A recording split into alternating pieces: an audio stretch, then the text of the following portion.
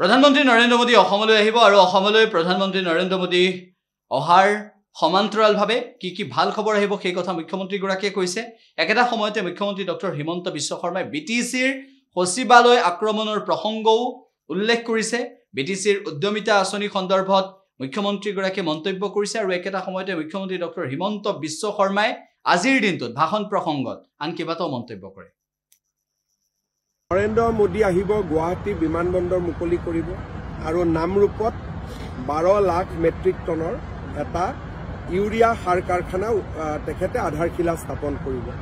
দুইটা কামেই অসমৰ উন্নয়নৰ লগত জড়িত, বিকাশৰ লগত জড়িত। গতিকে মোদী ডাঙৰীয়াক আমি সকলোৱে স্বাগতম জনাইছো। খুব ভাল মিটিং হ'ব আৰু অসমৰ মানুহে বহুত দিনে বিচাৰি থকা দুটা ডাঙৰ উপহাৰ লাভ কৰিব।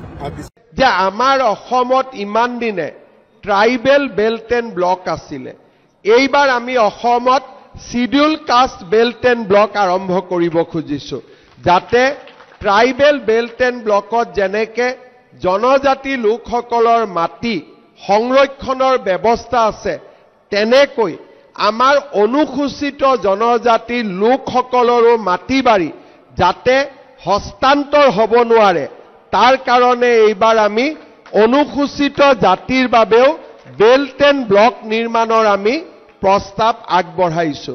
মই ভাবো এনেকুৱা ব্যৱস্থাবিলাকে আমাৰ ৰাজ্যখনক শক্তিশালী কৰিব, আমাৰ অসমীয়া সমাজ ব্যৱস্থাক শক্তিশালী কৰিব।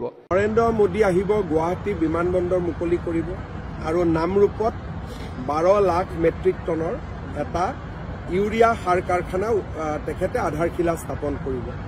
দুইটা কামেই অসমৰ উন্নয়নৰ লগত জড়িত, বিকাশৰ লগত জড়িত। গতিকে মোদী ডাঙৰীয়াক আমি সকলোৱে স্বাগতম জনাইছো। খুব ভাল মিটিং হ'ব আৰু অসমৰ মানুহে বহুত দিনে বিচাৰি থকা দুটা ডাঙৰ উপহাৰ লাভ কৰিব।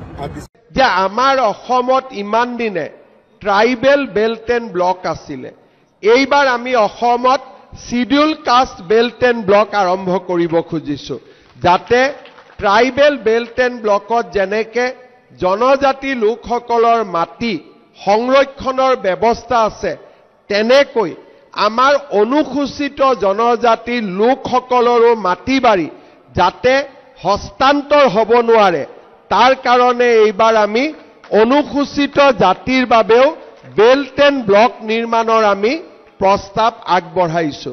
মই ভাবো এনেকুৱা ব্যৱস্থাবিলাকে আমাৰ ৰাজ্যখনক শক্তিশালী কৰিব, আমাৰ অসমীয়া সমাজ ব্যৱস্থাক শক্তিশালী কৰিব।